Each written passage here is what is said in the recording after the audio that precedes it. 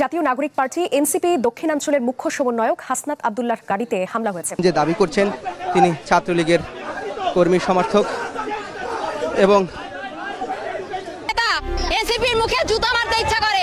আমাদের এই যুদ্ধ মুজিববাদ এবং ফ্যাসিবাদী বন্দোবস্তের বিরুদ্ধে যে লড়াই কাজ হয়ে গেছে। এই আসিফ মাহমুদ বাপ বেটা আগে ছিল 420, এখন হচ্ছে এই বাপ বেটা বড় গডফাদার। 24 ঘন্টার মধ্যে এরা পালাবে।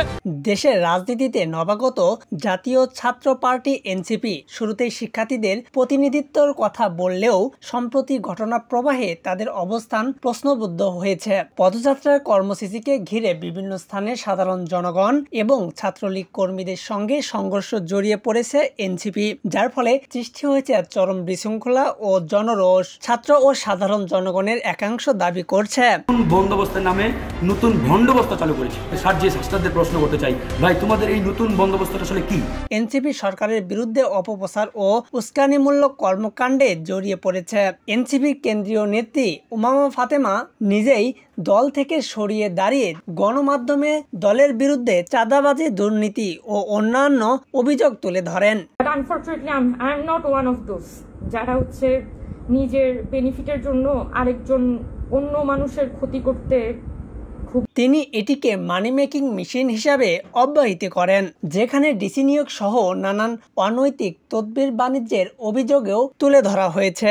অন্যদিকে এনসিপির নেতারা নিজেদের জনগণের ভালোবাসার দল হিসাবে পরিচয় করে দিলেও বাস্তবে হাজার হাজার পুলিশ প্রটোকল ছাড়া তারা কোনো কর্মসূচি পালন করতে পারছে না। এটি জনগণের মাঝে বিক্ষোভ জন্ম দিয়েছে। বিশেষ করে একাধিক এলাকার সমাবেশ ডাক দিলেই এনসিপির নেতাকর্মীরা মারমুখীর পরিস্থিতির শিকার হয়। এনসিপির বিরুদ্ধে কোটা সংস্কার আন্দোলনকে ব্যবহার করে ক্ষমতায় যাওয়ার অপচেষ্টার অভিযোগ উঠেছে। এখন দলটি নির্বাচন কমিশনের নিবন্ধন না পেলেও কিংস পার্টি হিসাবে নিজেদের অবস্থান স্পষ্ট করেছে, যা এই প্রেক্ষাপটে অনেকের কাছে স্বাভাবিক রাজনৈতিক প্রক্রিয়াকে প্রশ্নবিদ্ধ করেছে। এই প্রেক্ষাপটে এনসিপির ভবিষ্যৎ রাজনীতির অবস্থান নিয়ে জনমনে উদ্বেগ ক্রমে বাড়ছে। কিন্তু কেন এনসিপি এমন করছে, বিস্তারিত কমেন্টস বক্সে বলুন। আর এতক্ষণ আমাদের সাথে থাকার জন্য ধন্যবাদ। পরবর্তী সংবাদ পেতে আমাদের সাথেই থাকুন।